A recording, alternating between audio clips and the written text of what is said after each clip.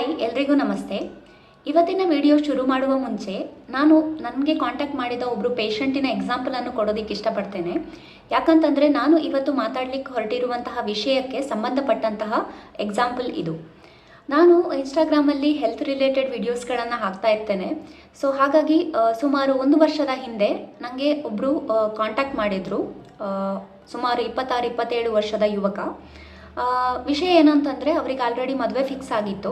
So ಮದುವೆ fix ಆಗಿದೆ ಅನ್ನೋ ಕಾರಣಕ್ಕೆ ಅವರು ಸೆಕ್ಷುವಲ್ ಕಾಂಟ್ಯಾಕ್ಟಿಗೆ ಟ್ರೈ ಮಾಡಿದರು. ಆದರೆ ಹುಡುಗನಿಗೆ ಇರೆಕ್ಷನ್ ಆದರೂ ಕೂಡ ಅದು ಜಾಸ್ತಿ ಟೈಮ್ ಮೇಂಟೈನ್ ಮಾಡಲಿಕ್ಕಾಗಲಿಲ್ಲ. ಹಾಗಾಗಿ ಕಪಲ್ಸಿಗೆ ಸ್ಯಾಟಿಸ್ಫೈ ಆಗಲಿಲ್ಲ. ಹೀಗೆ ಅವರು 2-3 ಬಾರಿ ಟ್ರೈ ಮಾಡಿದರು. ಈ ಸಮಸ್ಯೆ ಪದೇ ಪದೇ ಕಾಣಿಸ್ಕೊಳ್ಳಿಕ್ಕೆ ಶುರು ಆಯಿತು. ಹಾಗಾಗಿ ಅವ್ರಿಗೆ ಒಂಥರ ಆ್ಯಂಗ್ಸೈಟಿ ಬರೋದಕ್ಕೆ ಶುರು ಆಯಿತು. ಅಂದರೆ ಆಲ್ರೆಡಿ ಮದುವೆ ಫಿಕ್ಸ್ ಆಗಿದೆ, ಈ ಸೆಕ್ಷುವಲ್ ರಿಲೇಷನ್ಶಿಪ್ ಸರಿ ಇಲ್ಲ ಅಂತಂದರೆ ಹೇಗೆ ಮುಂದೆ ಜೀವನ ಅನ್ನೋ ಕಾರಣಕ್ಕೆ. ಸೊ ಹಾಗಾಗಿ ಅವರು ನನಗೆ ಕಾಂಟ್ಯಾಕ್ಟ್ ಮಾಡಿ ಅವರ ಸಮಸ್ಯೆಯನ್ನು ಹೇಳಿಕೊಂಡ್ರು. ನಾನು ಕೆಲವೊಂದು ಸಲಹೆಗಳನ್ನು ಕೊಟ್ಟೆ. ಲೈಫ್ ಸ್ಟೈಲ್ ಮಾಡಿಫಿಕೇಷನ್ ಮತ್ತು ಫಿಸಿಕಲ್ ಎಕ್ಸಸೈಸ್, ಅದಕ್ಕೆ ಸಂಬಂಧಪಟ್ಟಂತಹ ಕೆಲವೊಂದು ಎಕ್ಸಸೈಸ್ಗಳನ್ನು ಸಜೆಸ್ಟ್ ಮಾಡಿದೆ. ಹಾಗೆ ಡಯಟಲ್ಲಿ ಮಾಡಿಫಿಕೇಷನ್ ಹಾಗೂ ಆಯುರ್ವೇದದ ಕೆಲವು ಔಷಧಿಗಳನ್ನು ಕೂಡ ಸಜೆಸ್ಟ್ ಮಾಡಿದೆ. ಇದಾದಮೇಲೆ ಅವರಿಗೆ ಮದುವೆ ಆಯಿತು. ಮದುವೆ ಆದ ಮೇಲೆ ಕೂಡ ಅವರಿಗೆ ಈ ಸಮಸ್ಯೆ ಕಾಣಿಸಿಕೊಂಡಿತು. ಸೊ ನನಗೆ ರೆಗ್ಯುಲರ್ ಆಗಿ ಅವರು ಸಲಹೆಗಳನ್ನು ಕೇಳ್ತಾ ಇದ್ದರು. ನಾನು ಸಲಹೆಗಳನ್ನು ಕೊಡ್ತಾ ಇದ್ದರೆ ಕೌನ್ಸಿಲಿಂಗ್ ಮಾಡ್ತಾ ಇದ್ದೆ. ಸೊ ಫೈನಲಿ ಅವರಿಗೆ ಈ ಸಮಸ್ಯೆ ದೂರ ಆಗಿ ಲಾಸ್ಟ್ ಜುಲೈಯಲ್ಲಿ ಅವರಿಗೆ ಒಂದು ಗಂಡು ಮಗು ಆಯಿತು. ಸೊ ನಾನು ಈ ಎಕ್ಸಾಂಪಲನ್ನು ಯಾಕೆ ಹೇಳ್ತಾ ಇದ್ದೇನೆ ಅಂತಂದರೆ, ಈ ಇರೆಕ್ಟೈಲ್ ಡಿಸ್ಫಂಕ್ಷನ್ ಅಂತ ಹೇಳುವಂಥದ್ದು ಸುಮಾರು ಗಂಡಸರಲ್ಲಿ ಕಾಣಿಸಿಕೊಳ್ಳುತ್ತೆ. ಆದರೆ ಹೆಚ್ಚಿನ ಗಂಡಸರು ಇದನ್ನು ತಮ್ಮ ಫ್ರೆಂಡ್ಸ್ ಜೊತೆಗಾಗಲಿ ಅಥವಾ ಸಹೋದರರೊಂದಿಗಾಗಲಿ ಡಾಕ್ಟರ್ ಹತ್ರ ಸಜೆಷನ್ ಕೇಳೋದಾಗಲಿ ಮಾಡೋದಕ್ಕೆ ಹೋಗೋದಿಲ್ಲ. ಯಾಕಂತಂದರೆ ಅವ್ರಿಗೊಂಥರ ಕೀಳರಿಮೆ ಇರುತ್ತೆ, ನಾಚಿಕೆ ಇರುತ್ತೆ. ಹಾಗಾಗಿ ಡಾಕ್ಟ್ರನ್ನ ಕಾಣೋದಿಲ್ಲ. ಇದರಿಂದಾಗಿ ಅವರ ರಿಲೇಷನ್ಶಿಪ್ಪಲ್ಲಿ ಬಿರುಕು ಉಂಟಾಗ್ಬೋದು, ಡಿವೋರ್ಸಿಗೆ ಕಾರಣ ಆಗ್ಬೋದು, ಅಥವಾ ಡಿಪ್ರೆಷನ್ ಉಂಟಾಗಬಹುದು, ಬಂಜೆತನಕ್ಕೆ ಕಾರಣ ಆಗಬಹುದು. ಯಾವಾಗಲೂ ಇಂತಹ ಸಮಸ್ಯೆ ಇದ್ದಾಗ ಫಸ್ಟ್ ಡಾಕ್ಟರ್ ಒಪಿನಿಯನ್ ತಗೊಂಡು ಅವರ ಸಲಹೆಗಳನ್ನು ಫಾಲೋ ಮಾಡೋದು ತುಂಬ ಇಂಪಾರ್ಟೆಂಟ್ ಆಗುತ್ತೆ. ಈಗ ಅಂಥ ಸಮಸ್ಯೆ ಸ್ವಲ್ಪ ಕಡಿಮೆ ಆಗಿದೆ ಅಂತ ಹೇಳ್ಬೋದು. ಯಾಕಂತಂದರೆ ಈಗ ಆನ್ಲೈನ್ ಕನ್ಸಲ್ಟೇಷನ್ ಅವೈಲೇಬಲ್ ಇರೋದ್ರಿಂದ ಹೆಚ್ಚಿನವರು ಡೈರೆಕ್ಟಾಗಿ ಇಂತಹ ವಿಷಯಗಳನ್ನು ಡಾಕ್ಟರ್ ಹತ್ರ ಮಾತಾಡಲಿಕ್ಕೆ ಆಗದೇ ಇರೋ ಕಾರಣಕ್ಕೆ ಆನ್ಲೈನ್ ಕನ್ಸಲ್ಟೇಷನ್ ತಗೊಂಡು ತಮ್ಮ ಸಮಸ್ಯೆಗಳನ್ನು ಬಗೆಹರಿಸಿಕೊಳ್ತಾ ಇದ್ದಾರೆ. ಈ ವಿಡಿಯೋದಲ್ಲಿ ನಾವು ಇರೆಕ್ಟೈಲ್ ಡಿಸ್ಫಂಕ್ಷನ್ ಅಂದರೆ ಏನು, ಅದಕ್ಕೆ ಕಾರಣಗಳೇನು, ಅದರಿಂದ ಉಂಟಾಗುವ ಸಮಸ್ಯೆಗಳೇನು ಅಂತ ತಿಳ್ಕೊಳ್ಳೋಣ. ಹಿಂದೆ ಇರೆಕ್ಟೈಲ್ ಡಿಸ್ಫಂಕ್ಷನಿಗೆ ಇಂಪಾರ್ಟೆನ್ಸ್ ಅಂತ ಕರಿತಾ ಇದ್ರು. ಅಂದರೆ ಇದರಿಂದ ಬಂಜೆತನ ಉಂಟಾಗ್ತಿತ್ತು. ಈಗ ಏನಂತಂದರೆ ಯಾವಾಗ ಅರ್ಲಿ ಸ್ಟೇಜಲ್ಲಿ ಪೇಷಂಟ್ ಡಾಕ್ಟರನ್ನು ಕನ್ಸಲ್ಟ್ ಮಾಡಿ ಸರಿಯಾದ ಟ್ರೀಟ್ಮೆಂಟ್ ತಗೊಂಡ್ರೆ ಬಂಜೆತನದ ಸಮಸ್ಯೆಯಿಂದ ದೂರ ಮಾಡಿಕೊಳ್ಬಹುದು. ಹಾಗಾದರೆ ಈ ಇರೆಕ್ಟೈಲ್ ಡಿಸ್ಫಂಕ್ಷನ್ ಅಂತ ಅಂದರೆ ಏನು? ಕನ್ನಡದಲ್ಲಿ ಇದಕ್ಕೆ ಶಿಶ್ನದ ನಿಮಿರುವಿಕೆಯ ಸಮಸ್ಯೆ ಅಂತ ಹೇಳಿ ಕನ್ಸಿಡರ್ ಮಾಡಬಹುದು. ಏನಾಗತ್ತಂತಂದರೆ ಯಾವಾಗ ಪೇಷಂಟ್ ಸೆಕ್ಷುವಲ್ ಕಾಂಟ್ಯಾಕ್ಟಿಗೆ, ಸೆಕ್ಷುವಲ್ ಇಂಟರ್ಕೋರ್ಸಿಗೆ ಟ್ರೈ ಮಾಡ್ತಾರೆ, ಆಗ ಶಿಶ್ನ ಸರಿಯಾಗಿ ನಿಮಿರಾಗೋದಿಲ್ಲ. ಅಂದರೆ ಇರೆಕ್ಷನ್ ಉಂಟಾಗೋದಿಲ್ಲ. ಸಪೋಸ್ ಇರೆಕ್ಷನ್ ಉಂಟಾದರೂ ಕೂಡ ಅದು ಜಾಸ್ತಿ ಹೊತ್ತು ಮೇಂಟೈನ್ ಆಗೋದಿಲ್ಲ. ಇದರಿಂದಾಗಿ ಸರಿಯಾಗಿ ಪೆನೆಟ್ರೇಷನ್ ಆಗದೇ ಇರಬಹುದು. ಹಾಗೆ ಕಪಲ್ಸಿಗೆ ಆ ಸೆಕ್ಷುವಲ್ ಸ್ಯಾಟಿಸ್ಫ್ಯಾಕ್ಷನ್ ಸಿಗದೇ ಇರಬಹುದು. ಸೊ ಇಂತಹ ಸಮಸ್ಯೆಗೆ ಇರೆಕ್ಟೈಲ್ ಡಿಸ್ಫಂಕ್ಷನ್ ಅಂತ ಹೇಳಿ ಕರೀತಾರೆ. ಇದಕ್ಕೆ ಕಾರಣಗಳೇನು? ಹಲವಾರು ಕಾರಣಗಳಿಂದ ಈ ಸಮಸ್ಯೆ ಉಂಟಾಗಬಹುದು. ಹೆಚ್ಚಾಗಿ ಇದು 40 ವರ್ಷಕ್ಕಿಂತ ಮೇಲ್ಪಟ್ಟಂತಹ ಗಂಡಸರಲ್ಲಿ ಕಾಣಿಸಿಕೊಳ್ಳುವಂತಹ ಸಮಸ್ಯೆ. ಆದರೆ ಇತ್ತೀಚೆಗೆ ಯಂಗ್ಸ್ಟರ್ಸಲ್ಲೂ ಕಾಣಿಸಿಕೊಳ್ಳುತ್ತೆ. ನಾವು ಕಾರಣಗಳನ್ನು 1 by 1 ನೋಡ್ತಾ ಹೋಗೋಣ.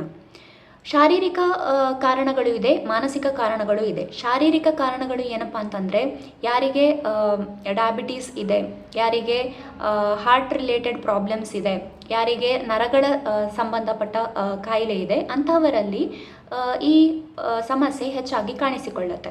ಯಾಕಂತಂದರೆ ಈ ಇರೆಕ್ಷನ್ ಬರಬೇಕು ಅಂತಂದರೆ ಆ ಟೈಮಲ್ಲಿ ಆ ಪೆನಿಸ್ಸಿಗೆ ಜಾಸ್ತಿ ರಕ್ತ ಸಂಚಾರ ಉಂಟಾಗುತ್ತೆ. ಸೊ ಹಾಗಾಗಿ ರಕ್ತನಾಳಗಳ ಸಮಸ್ಯೆ ಇದ್ದಾಗ, ಹೃದಯ ಸಂಬಂಧಿ ಕಾಯಿಲೆ ಇದ್ದಾಗ ಸರಿಯಾದ ರಕ್ತ ಸಂಚಾರ ಇಲ್ಲದೆ ಇರೋ ಕಾರಣಕ್ಕೆ ಈ ಸಮಸ್ಯೆ ಉಂಟಾಗಬಹುದು. ಹಾಗೆಯೇ ಯಾರಿಗೆಲ್ಲ ಹೈ ಕೊಲೆಸ್ಟ್ರಾಲ್ ಇದೆ, ಅಲ್ಲೂ ಕೂಡ ಈ ರಕ್ತನಾಳಗಳಲ್ಲಿ ಬ್ಲಾಕೇಜ್ ಇದ್ದು ಇಂತಹ ಸಮಸ್ಯೆ ಕಾಣಿಸಿಕೊಳ್ಬಹುದು. ಹಾರ್ಮೋನಲ್ ಸಮಸ್ಯೆಯಿಂದ ಕೂಡ ಇದು ಉಂಟಾಗಬಹುದು. ಅಂದರೆ ಟೆಸ್ಟೋಸ್ಟಿರಾನ್ ಹಾರ್ಮೋನ್ ಸಂಬಂಧಪಟ್ಟ ಕಾಯಿಲೆಯಲ್ಲಿ ಅಥವಾ ಥೈರಾಯ್ಡ್ಗೆ ಸಂಬಂಧಪಟ್ಟ ಕಾಯಿಲೆಯಲ್ಲಿ ಕೂಡ ಈ ಸಮಸ್ಯೆ ಕಾಣಿಸಿಕೊಳ್ಳುತ್ತೆ. ಹಾಗೆ ಯಾರು ತುಂಬ ದಪ್ಪಗಿರ್ತಾರೆ ಅವರಲ್ಲಿ ಇದು ಕಾಣಿಸಿಕೊಳ್ಳುವಂತಹ ಸಾಧ್ಯತೆಗಳು ಹೆಚ್ಚಾಗಿದೆ. ಕೆಲವೊಂದು ಸ್ಟಡಿಯ ಪ್ರಕಾರ ಯಾರು ದಪ್ಪ ಇರ್ತಾರಲ್ಲ ಅವರಲ್ಲಿ ಒಂದು 50% ಜನಕ್ಕೆ ಈ ಸಮಸ್ಯೆ ಕಂಡುಬರುತ್ತೆ. ಹಾಗೆ 30% ಡಯಾಬಿಟೀಸ್ ಇರುವಂತಹ ಪೇಷಂಟ್ಗಳಲ್ಲಿ ಇರೆಕ್ಟೈಲ್ ಡಿಸ್ಫಂಕ್ಷನ್ ಕಾಣಿಸಿಕೊಂಡಿದೆ. ಸೊ ಯಾರಿಗೆಲ್ಲ ಕೊಲೆಸ್ಟ್ರಾಲ್ ಹೈಪರ್ ಲಿಪಿಡಿಮಿಯಾ ಇದೆ ಅವರಲ್ಲಿ ಒಂದು 42% ಜನರು ಈ ಇರೆಕ್ಟೈಲ್ ಡಿಸ್ಫಂಕ್ಷನಿಂದ ಸಫರ್ ಆಗ್ತಾ ಇದ್ದಾರೆ. 30% ಜನ ಡಿಪ್ರೆಷನಲ್ಲಿ ಇರುವವರಿಗೆ ಈ ಸಮಸ್ಯೆ ಕಾಣಿಸಿಕೊಳ್ತಾ ಇದೆ.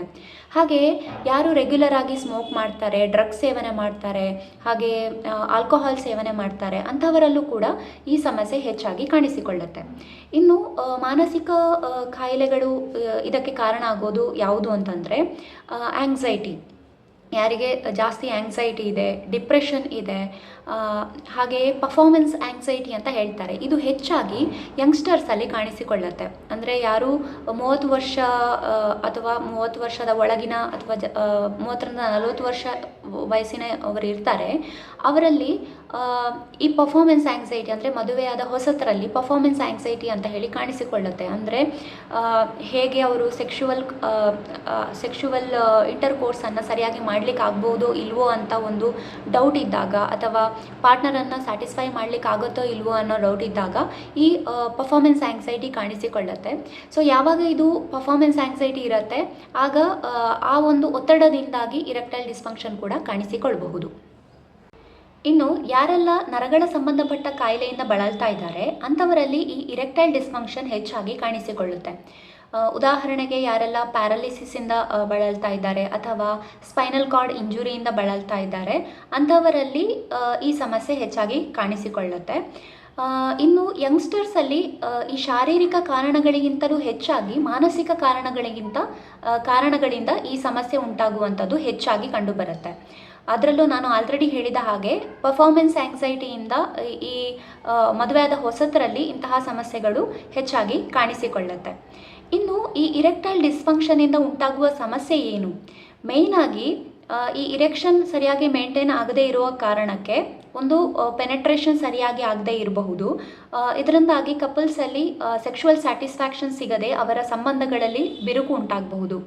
ಇನ್ನೊಂದು ಇದರ ಜೊತೆಗೆ ಕಾಣಿಸಿಕೊಳ್ಳುವ ಸಮಸ್ಯೆ ಏನು ಅಂತಂದರೆ ಒಂದು ವೇಳೆ ಇರೆಕ್ಷನ್ ಉಂಟಾದರೂ ಕೂಡ ಪ್ರೀಮೆಚೂರ್ ಇಜಾಕ್ಯುಲೇಷನ್ ಉಂಟಾಗತ್ತೆ. ಅಂದರೆ ಸೆಕ್ಷುವಲ್ ಇಂಟರ್ಕೋರ್ಸ್ ಕಂಪ್ಲೀಟ್ ಆಗುವ ಮುಂಚೆನೇ ಈ ಪೇಷಂಟಿಗೆ ಇಜಾಕ್ಯುಲೇಷನ್ ಆಗಿ ಆ ಸ್ಯಾಟಿಸ್ಫ್ಯಾಕ್ಷನ್ ಅನ್ನೋದು ಸಿಗೋದಿಲ್ಲ.